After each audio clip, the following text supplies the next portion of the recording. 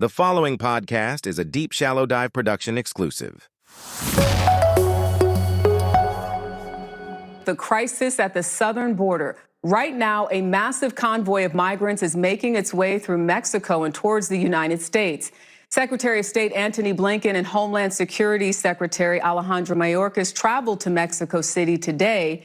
They met with Mexico's president to discuss ways to stem the flow of migrants coming into this country. Mexico's president says he is willing to help, but wants the U.S. to address the main cause of the problem by improving relations with Venezuela and Cuba. He also wants more money for development in the region. Border security agents, aid groups, and local communities are stretched thin with a near record number of asylum seekers approaching the U.S.-Mexico border every day. Thousands of migrants, most from Central and South America, are part of the latest caravan moving through southern Mexico. Happy Thursday, everybody. All right, we're going to do a Deep Shallow Dive exclusive today. I actually was able to pull this together yesterday, and we're going to talk about the southern border. And you know what? To be honest with you, I honestly thought this was going to be a much more complicated analysis and complicated, I guess, situation. You know, I thought, oh man, I'm going to have to really invest some time to figure this out. And you know what? It's not. It's not complicated. We have a major problem at the southern border, and we've had this, for 3 years now. And finally, for whatever reason, and we'll play a bunch of clips and we'll talk about the people that previously said there were no problem, and now they're the most vocal, claiming there is a problem, and the biggest problem our country faces. Mayor Eric Adams today standing by his word that New York City, which is a shelter city, welcomes all asylum seekers with open arms. New York City is the welcoming mat for the entire globe. The next day, Mayor Eric Adams escalating his frustration during a town hall meeting, revealing new fears as tens of thousands of asylum seekers continue to arrive in New York City. 12 seconds later, the national government has turned its back on New York City. Let me tell you something, New Yorkers. The migrant crisis taking on a new tone. Never in my life have I had a problem that I did not see an ending to. I don't see an ending to this. This issue will destroy New York City. Destroy New York City. One time we were just getting Venezuela.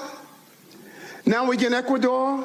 Now we're getting Russian-speaking coming through Mexico. Now we're getting Western Africa. Now we're getting people from all over the globe have made their minds up that they're going to come through the southern part of the border and come into New York City. flashback. New York City is the welcoming mat for the entire globe. End of flashback. We're getting 10,000 migrants a month. What he once dubbed as a political stunt by Texas Governor Greg Abbott became a new reality for the city. Flashback. It is the story of New York City. We don't treat people as outsiders. We welcome them with open arms. The next day, 110,000 migrants. We have to feed, clothe, house, educate the children, wash their laundry sheets, give them everything they need, health care. Month after month, I stood up and I said, this is going to come to a neighborhood near you. All right, that took me a minute to splice all that together. But man, Eric Adams, the New York City mayor, he was probably, the main guy in 2021, along with Alexandria Ocasio-Cortez, who we'll hear from in a minute, that, again, these guys were, God, we have such short-term memories. We forget what the heck has happened. And honestly, I don't blame us because we're bombarded so much with so many different things in the news cycle, as we've talked about. But, Adams was a loud voice saying, there's no problem, there's no border problem, we're a sanctuary city, we'll take you, statues like the human Statue of Liberty. He's like, give us your cold, tired, whatever, and we'll take you. And you know what? He realized, holy mackerel, yeah, that's not a sustainable solution. And so, he really has flipped the script, or his script, so much that he's come under fire from the Biden administration. I think I've played in the podcast. I've definitely shared this stuff on social media, but man, they've really gone after him. If you remember the last several months of 2023, he got hit with a sexual harassment lawsuit. He got hit with another one. He was part of the group that basically, were accused of doing things 20, 30, 40, 50 years ago. And, he's been at odds with the Biden administration for the past really nine months to a year because his city has just been overrun. And he realized, holy mackerel, maybe I was wrong about this. Now, he's never really admitted he was wrong. I wish he would do that. That would, I think, build a lot of credibility. But as we've talked about, the second he does that, all of the right-wing media establishments like the New York Post, Fox News, they would have a field day with that. So often people want to say, why aren't you talking about the border crisis? Or why aren't you talking about it in this way? Well, we're talking about it. They just don't like how we're talking about it because it's not a border crisis. It's an imperialism crisis. It's a climate crisis. It's a trade crisis. This is not a surge. These are children, and they are not insurgents, and we are not being invaded, which, by the way, is a white supremacist idea, philosophy. All right, that was Alexandria Ocasio-Cortez in 2021. Oh my God, I don't even really think I need to address that statement because that was just such nonsense. The crazy thing about her is, and you know what? This applies to all of them. It really applies to all of them. It's like nobody is really consistent when it comes to, and I mentioned this a long time ago, it's just right versus wrong, right versus wrong. This is not about children. This is about uncontrolled amounts of people coming into the United States. And what's going to happen to them? Who's going to take care of them? I'll tell you who. The U.S. taxpayer, along with taking care of wars, along with taking care of the war in Ukraine, taking care of Israel, taking care of upcoming Taiwan. That's why, think about it. We've talked about this several times. All four of these things are lumped in these spending bills. They're lumped in these omnibus spending bills that are enormous, and President Biden previously was seeking $100 billion. I think now that number's gone up, but again, it's an aid package that will give aid to Ukraine, Israel, Taiwan, and then they've lumped in the border now that they're finally admitting there's an issue. We have a catastrophe at our southern border. The Senate and the White House can no longer ignore the problem. From Texas to New York, wave after wave of illegal migrants are stressing our communities to their breaking points. We know that our streets are being flooded with fentanyl, and all of our communities, children, and even adults are dying from it. The status quo is unacceptable. Inaction is unacceptable, and we must come together and address the broken border. We have to do it. As Speaker of the House, Mike Big Johnson, I was going to talk about this earlier when I was talking about AOC, but actually I forgot. And then I played that clip and now I remembered. So, it's like consistency. And I'll give you an example. So Mike Johnson, everything you said there, I'm good with all that. I think that all makes a tremendous amount of sense, and I like his leadership there. It looks like either yesterday or maybe even today, he's out visiting the southern border, something I don't even know if President Biden and Vice President Kamala, remember, punctuation mark, Kamala Harris, if they've even done that more than once. I think they've each gone out only one time. But anyway, with Mike Johnson, again, consistency. I like what he says there. I don't like his stance with the unequivocal, just no holds barred support for Israel with whatever they're doing. And, he's been vocal about no ceasefire, no ceasefire, no ceasefire.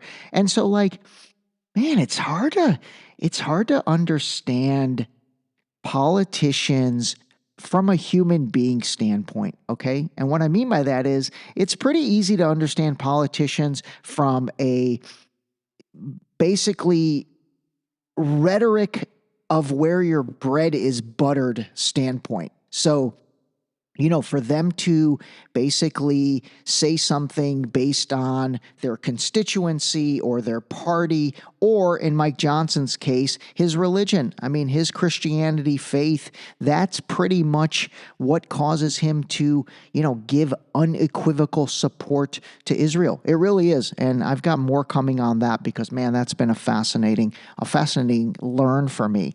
And then the same thing with AOC when it comes to consistency. Ironically, she's the flip side of this. On this border situation, she's been a complete knucklehead, and for years made it out to be no problem. Tried to blame U.S. imperialism, which, by the way, is a real thing, and we're gonna do a deep shallow dive on that. But that's not the case here. The case here is they're just letting them in. It doesn't make any sense. Well, it does make sense, and we'll talk about that in a second. But, consistency for AOC, this stance I found and have always found pretty terrible from her. But then I give her credit for standing up for humanitarian rights in the situation in Palestine. I really do. I give her credit for, standing up for the rights of the innocent civilians there. But getting back to, the funding of all this, because, man, it really does all come back to money. It really does all come back. Unfortunately, everything comes back to money and then power associated with money. And again, we're talking about tremendous amounts of money. So now, in terms of, trying to fix this situation, I hate the fact that all this stuff is grouped together. I hate the fact that we're grouping Ukraine, Israel, Taiwan, which, I mean, they need to really help us understand that one a lot better than just lumping that in. And then the border in one omnibus $100+ billion spending package. But then the problem is, instead of dissecting that and handling that, it becomes politicized. President Biden says he's willing to compromise, but he's also slamming Republicans. Holding Ukraine funding hostage in the attempt to force through an extreme Republican partisan agenda on the border is not how it works. We need real solutions. Case in point. And we do need real solutions, and the real solutions are to treat everything as an individual issue. I will say Republican Congressman Matt Gaetz from Florida, the one who spearheaded getting rid of Kevin McCarthy, I'm not going to say it. That guy was really the only voice across all Republicans and Democrats. You've got a younger Republican that, again, love the guy or hate the guy. If you think he's a buffoon, that's totally cool.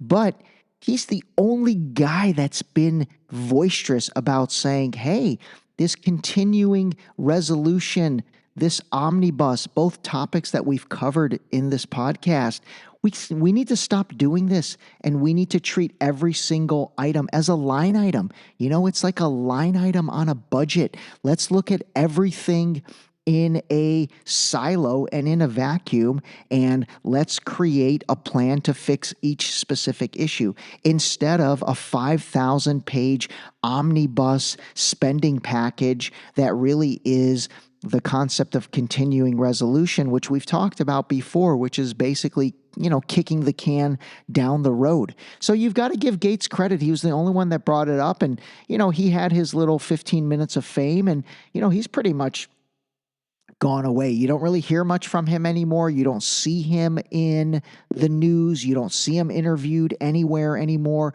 And so it's got me thinking of, that Deep Shallow Dive exclusive episode that I did on Bernie Sanders and the 2020 Bernie's blackout. I mean, the media is powerful. They are very powerful.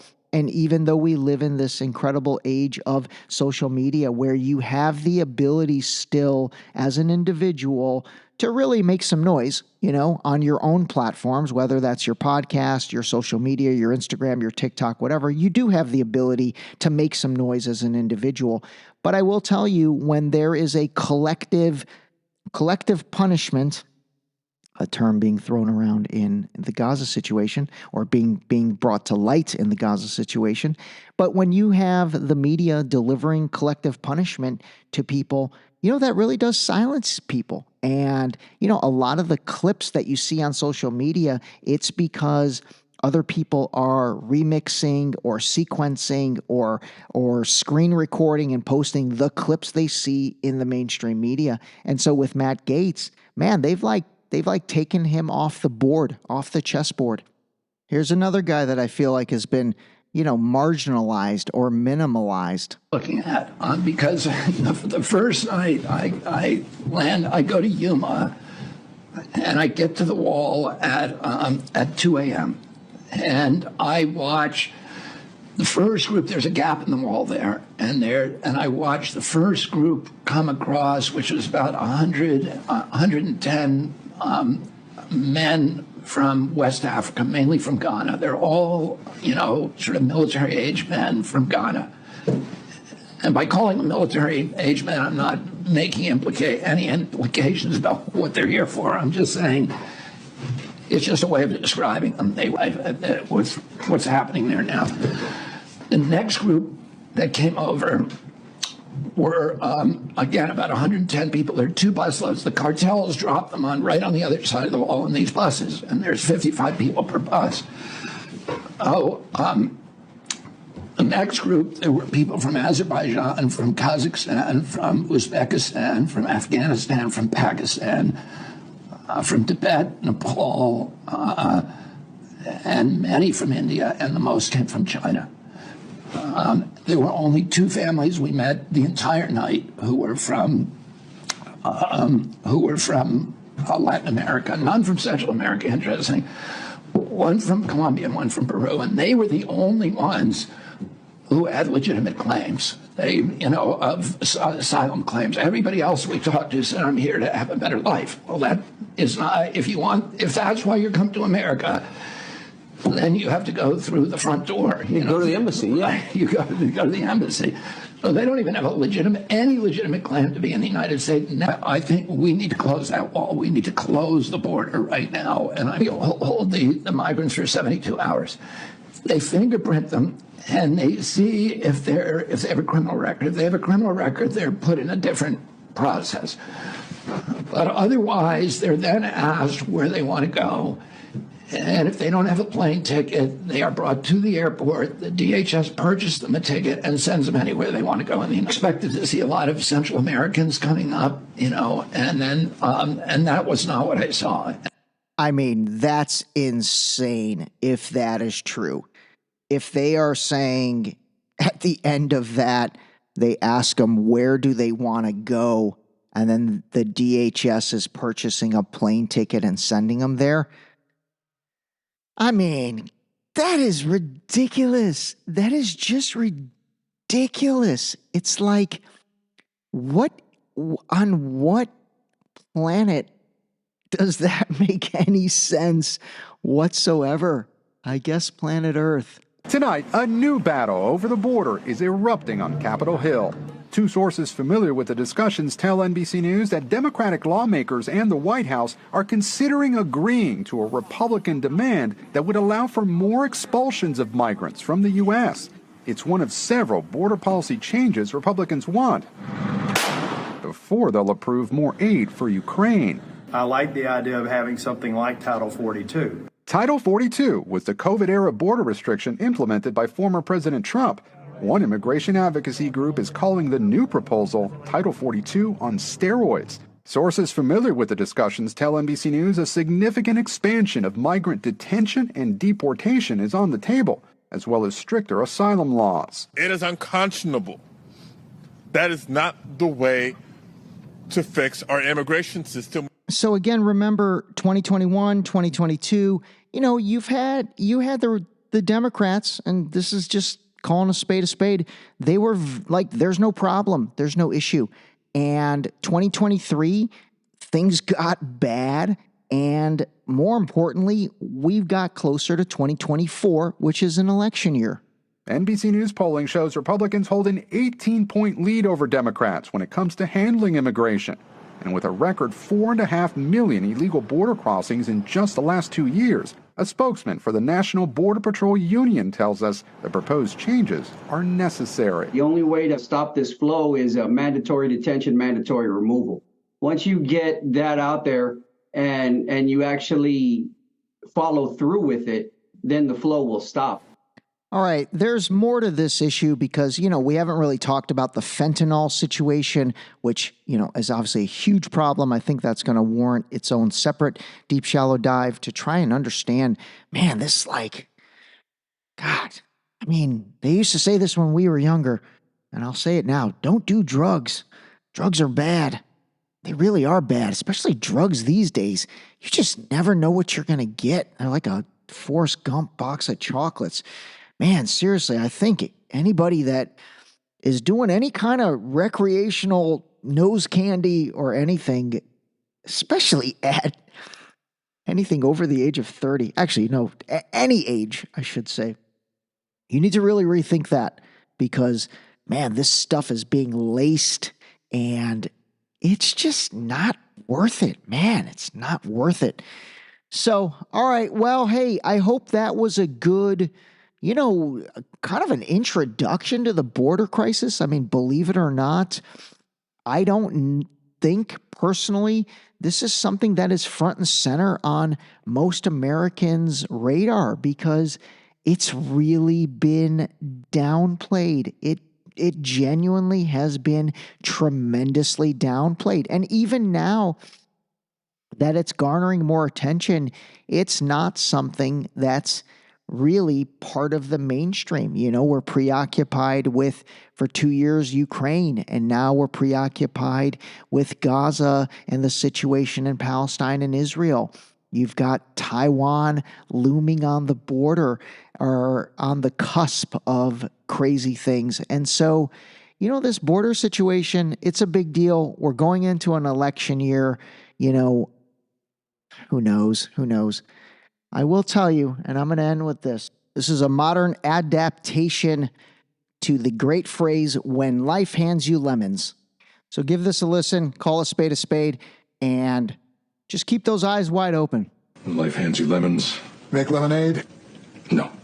First, you roll out a multimedia campaign to convince people lemons are incredibly scarce, which only works if you stockpile lemons, control the supply, then a media blitz. Lemons are the only way to say I love you, the must-have accessory for engagements or anniversaries. Roses are out, lemons are in, billboards that say she won't have sex with you unless you've got lemons. You cut De Beers in on it, limited edition lemon bracelets, yellow diamonds called lemon drops. You get Apple to call their new operating system OS Lemon, little accent over the O. You charge 40% more for organic lemons, 50% more for conflict-free lemons. You pack the capital with lemon lobbyists. You get a Kardashian to suck a lemon wedge in a leaked sex tape. Timothy Chalamet wears lemon shoes at Cannes. The hashtag campaign, something isn't cool or tight or awesome. No, it's lemon. You see that movie? Did you go to that concert? It was effing lemon. Billie Eilish, OMG, hashtag lemon. You get Dr. Oz to recommend 4 lemons a day and a lemon suppository supplement to get rid of toxins because there's nothing scarier than toxins. Then you patent the seeds. You write a line of genetic code that makes lemons look just a little more like tits. And you get a gene patent for the tit lemon DNA sequence. You cross-pollinate, you get those seeds circulating in the wild, and then you sue the farmers for copyright infringement when that genetic code shows up on their land. Sit back, rake in the millions, and then, when you're done, and you've sold your lempire for a few $1 billion, then, and only then, you make some fucking lemonade. This episode was brought to you by Boost Liquid Vitamins. Wake up, take your Boost, start your day. Drink your vitamins, build your immune system with Boost. Available on Boost.com.